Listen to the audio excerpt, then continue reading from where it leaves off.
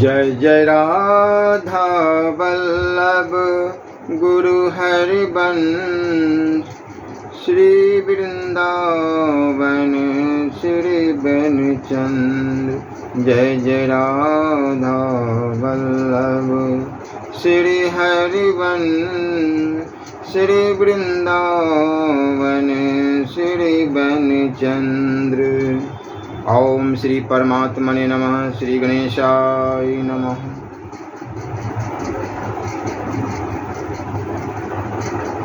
युधिष्ठिर जी भीष्म पितामह से पूछ रहे हैं कि भरत श्रेष्ठ परम बुद्धिमान पितामह, क्रोध काम शोक मोह विदिष्ठा शास्त्र विरुद्ध काम करने की इच्छा, पराश्रुता दूसरे को मारने की इच्छा, मद लोभ मत्सर ईर्षा निंदा दोष दृष्टि और कंजूसी देने भाव, ये सब दोष किससे उत्पन्न होते हैं, यह ठीक ठीक बताइए। भीष्म जी ने कहा, महाराज युधिष्ठिर, तुम्हारे कहे हुए ये 13 दोष प्राणियों के अत्यंत प्रबल शत्रु माने गए हैं, जो यहाँ मनुष्य को सब ओर से घेरे रहते हैं।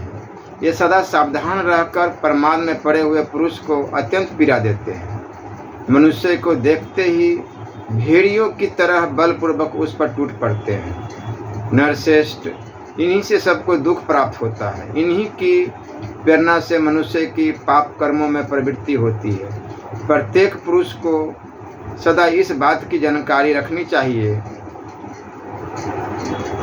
अब मैं यह बता रहा हूँ कि इनकी उत्पत्ति किससे होती है, ये किस तरह स्थिर रहते हैं और कैसे इनका विनाश होता है। राजन, सबसे पहले क्रोध की उत्पत्ति यथार्थ रूप से वर्णन करता हूँ। तुम यहाँ एकाग्रचित होकर इस विषय को सुनो। राजन, क्रोध लोभ से उत्पन्न होता है, दूसरों के दोष देखने से बढ़ता है, क्षमा करने से थम जाता है और क्षमा से ही निर्वृत्त हो जाता है।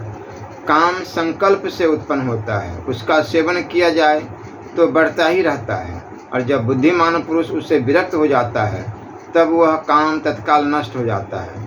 क्रोध और लोभ से तथा अभ्यास से पराश्रुता प्रकट होती है। संपूर्ण प्राणियों के प्रति दया से और वैराग्य से वह निर्वृत्त होती है। परदोष दर्शन से इसकी उत्पत्ति होती है और बुद्धिमानों के तत्व ज्ञान से वह नष्ट हो जाती है।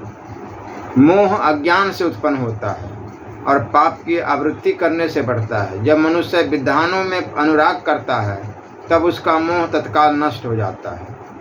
कुरुश्रेष्ठ, जो लोग धर्म के विरोधी शास्त्रों के अवलोकन करते हैं, उनके मन में अनुचित कर्म करने की इच्छा रूप विदिष्ठा उत्पन्न होती है। यह तत्व ज्ञान से निवृत्त होती है।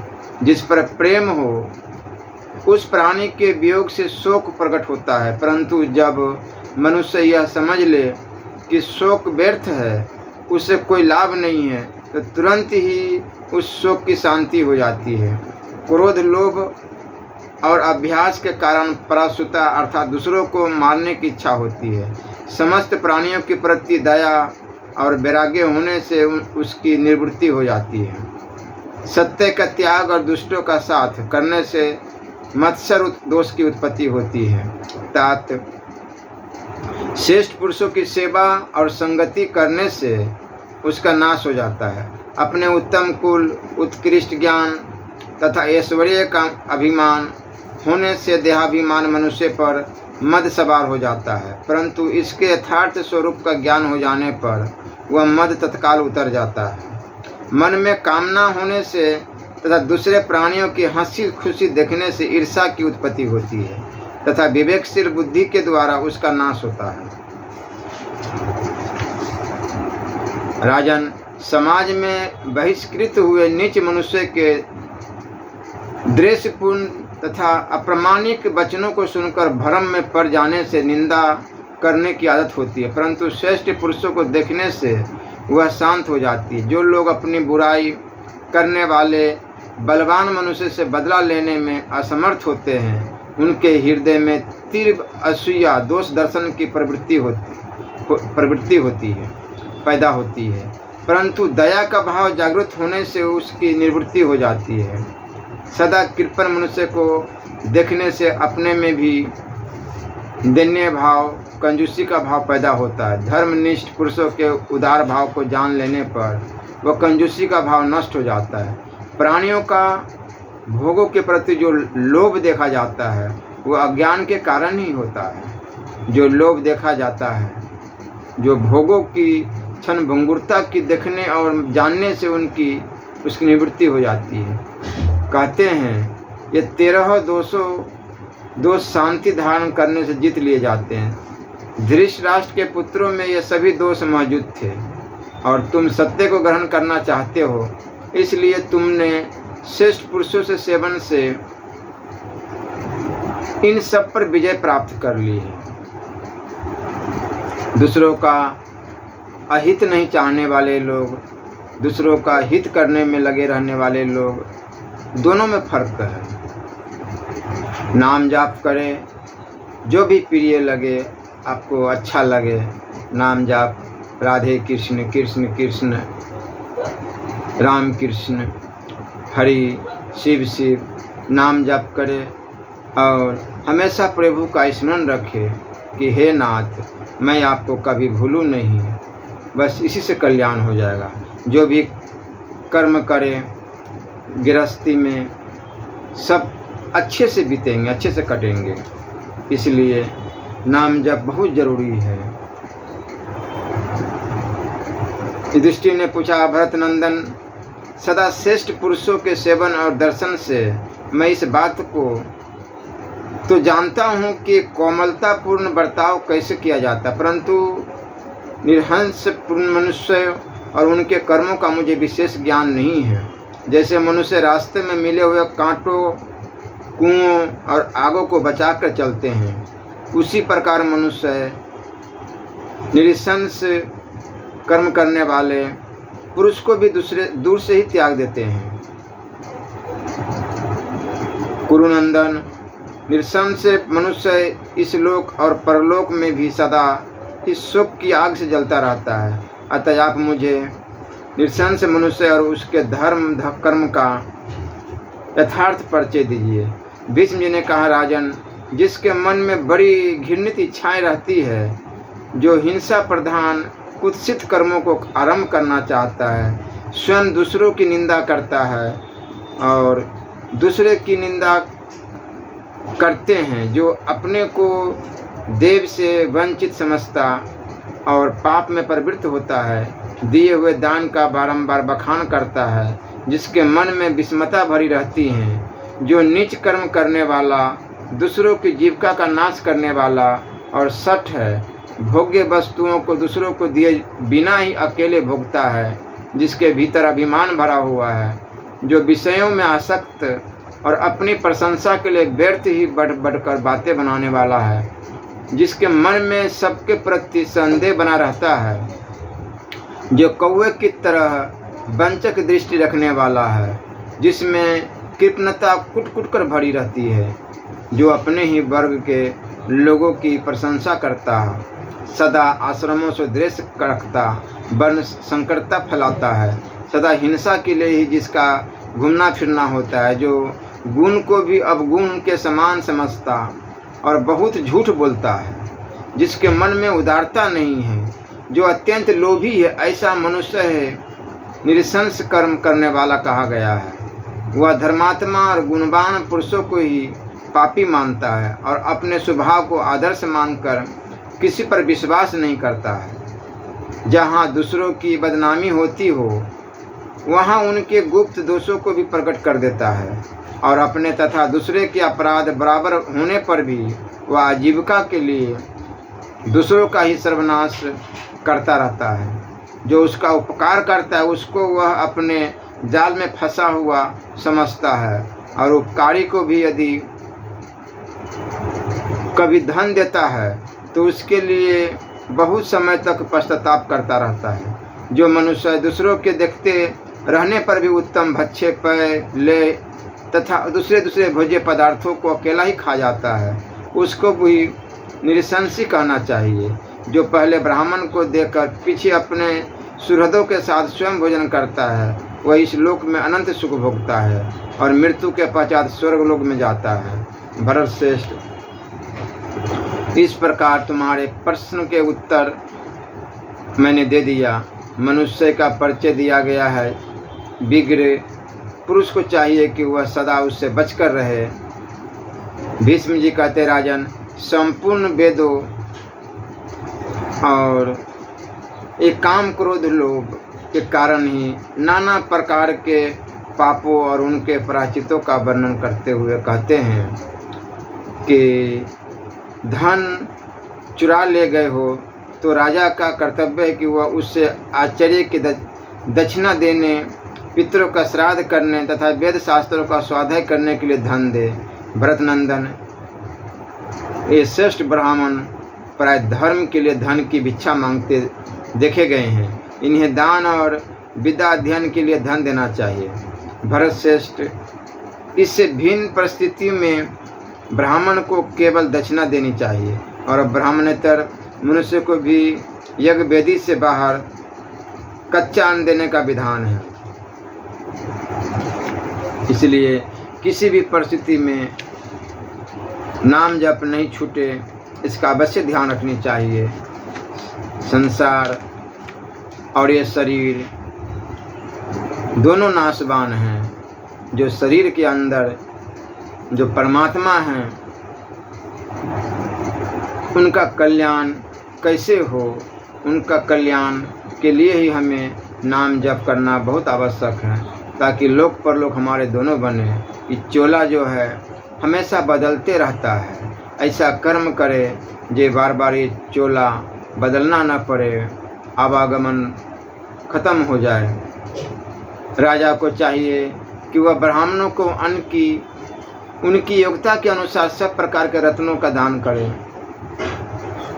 क्योंकि ब्राह्मण ही वेद एवं बहुसंख्य दक्षिणा वाले यज्ञ रूप है। अपनी संपत्ति के अनुसार समस्त कार्यों का आयोजन करने वाले वे ब्राह्मण सदा आपस में मिलकर गुण युक्त यज्ञ का अनुष्ठान करते हैं। जिस ब्राह्मण के पास अपने पालनीय कुटुंबी जनों के भरण पोषण के लिए 3 वर्ष तक उपभोग में लाने लायक पर्याप्त धन हो अथवा उससे भी अधिक वैभव विद्यमान हो, वही सोमपान का अधिकारी है। उससे ही सोमयाग का अनुष्ठान करना चाहिए।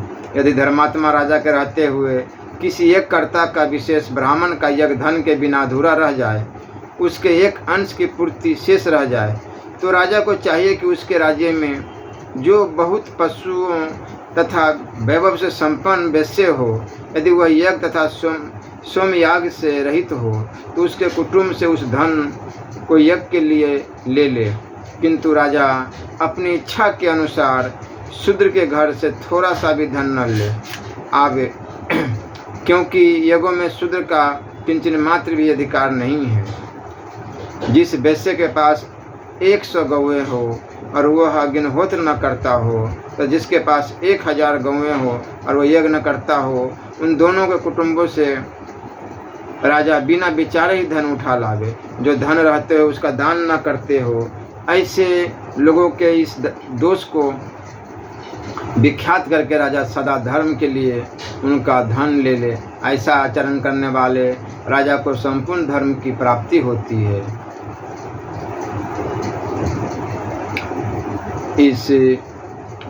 इसका नाम ही है दुखालय। यहाँ जो जन्म लिया है उसको मरना ही है। शरीर नाशवान है, नष्ट तो होना ही होना है। इसलिए सभी से प्रेम से ही रहना चाहिए, सभी से प्रेम से जीवन व्यतीत करना चाहिए, भगवत भजन में लगा रहना चाहिए।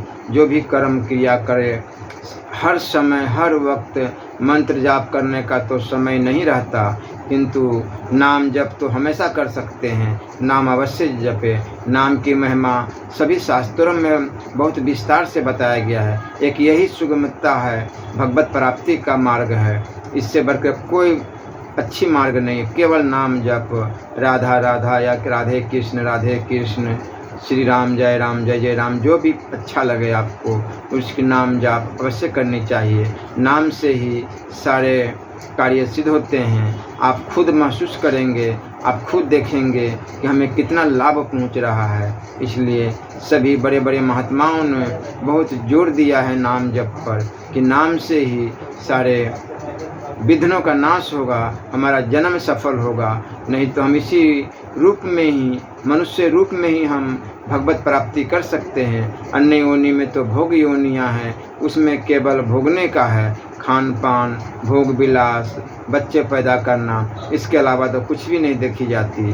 केवल मनुष्य के अंदर ही बुद्धि के साथ साथ विवेक भी दिया गया है, जो विवेकपूर्ण हम समझ सकते हैं कि हमारे लिए उचित है या अनुचित है। जो मुख्य विधि से के अनुसार कर्म करने में समर्थ हो, भी गौण विधि से काम चलाता है, उस दुर्बुद्धि मनुष्य को पारलौकिक फल की प्राप्ति नहीं होती। हमेशा सत्य का ही पालन करना चाहिए।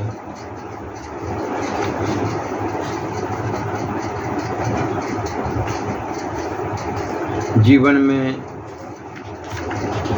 किसी के ऊपर दोष प्रकट नहीं करना चाहिए। कोई भी पापी से पापी मनुष्य है, दोष दर्शन नहीं करनी चाहिए। जो हर व्यक्ति अपने अपने कर्म का फल ही भोगता है, उसमें दूसरे का कोई हिसाब किताब नहीं रहता। मनुष्य की सेवा करे अथवा उसके साथ एक जगह रहे या एक आसन पर बैठे, तो इससे जो पाप लगता है उसको वह 3 वर्षों तक व्रत का पालन करते पृथ्वी विचरने से दूर हो सकता है। राजन, परिहास में स्त्री के पास विवाह के अवसर पर गुरु के हित के लिए अथवा अपने प्राण बचाने के उद्देश्य से बोला गया असत्य हानिकारक नहीं होता। इन 5 अवसरों पर असत्य बोलना पाप नहीं बताया गया है। कौन कौन जगह पर?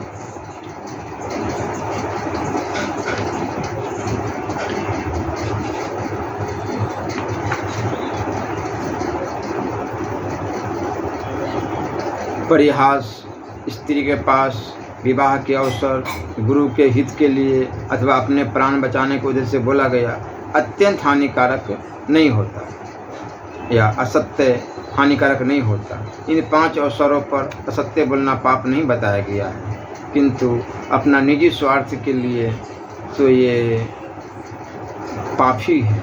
ब्राह्मण का धन छीन लेना यह महान पाप है।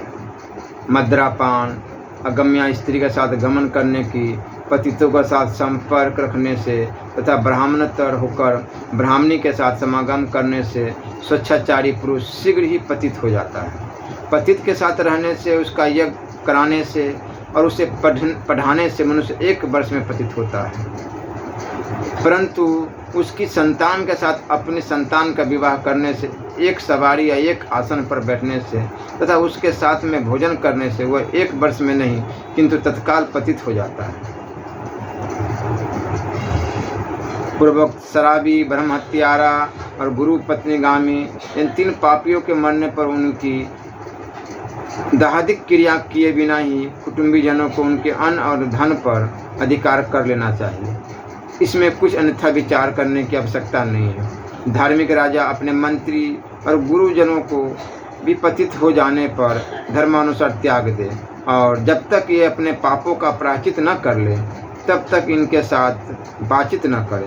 पापाचारी मनुष्य यदि धर्माचरण और तपस्या करे तो अपने पाप को नष्ट कर देता है। चोर को यह चोर है ऐसा कह देने मात्र से चोर के बराबर पाप का भागी होना पड़ता है। इसलिए जो चोर नहीं है उसको चोर कह देने से मनुष्य को चोर से दुना पाप लगता है। कुमारी कन्या तथा अपनी इच्छा से चरित्र भ्रष्ट हो जाए तो उसे ब्रह्म हत्या का 3/4 पाप भोगना पड़ता है, और जो उसे कलंकित करने वाला पुरुष है वह शेष 1/4 पाप का भागी होता है। इस जगत में ब्राह्मणों को गाली देकर या उन्हें तिरस्कार पूर्वक धक्के देकर हटाने से मनुष्य को बड़ा भारी पाप लगता है। 100 वर्षों तक तो उसे प्रेत की भांति भटकना पड़ता है। कहीं भी ठहरने के लिए ठौर नहीं मिलता। फिर 1000 वर्ष तक उसे नरकों में गिरकर रहना पड़ता है। अतः न ब्राह्मण को गाली दे और न उसे कभी धरती पर गिरावे। राजन, ब्राह्मण के शरीर में घाव हो जाने पर उसे निकला हुआ रक्त धूल के जितने कणों को भिगोता है उसे चोट पहुंचाने वाला मनुष्य है, उतने ही वर्षों तक नरक में पड़ा रहता है। गर्भ के बच्चे की हत्या करने वाला यदि युद्ध में शस्त्रों के आघात से मर जाए तो उसकी शुद्धि हो जाती है, अथवा प्रज्वलित अग्नि में कूदकर अपने आप को होम दे तो वह शुद्ध हो जाता है। मदिरा पीने वाला पुरुष यदि मदिरा को खूब गर्म करके पी ले तो पाप से छुटकारा पा जाता है, अथवा उससे शरीर जल जाने के कारण उसकी मृत्यु हो जाती है तो वह शुद्ध हो जाता है। इस प्रकार शुद्ध हो जाने पर ही वह ब्राह्मण शुद्ध लोगों को प्राप्त कर सकता है, अन्यथा नहीं। पाप पूर्ण विचार रखने वाला दुरात्मा पुरुष यदि गुरु पत्नी गमन का पाप कर बैठे तो वह लोहे की गर्म की हुई नारी प्रतिमा का आलिंगन करके प्राण दे देने पर ही उस पाप से शुद्ध होता है, अथवा अपने शिशन और अंडकोशों को स्वयं ही काटकर अंजलि में लेकर सीधे निश्चित दिशा की ओर जाता हुआ गिर पड़े या ब्राह्मण के लिए प्राणों का परित्याग कर दे तो शुद्ध हो जाता है। इतने भयानक प्राचित ऐसा पाप ही क्यों करे? इसलिए कलियुग केवल नाम आधारा।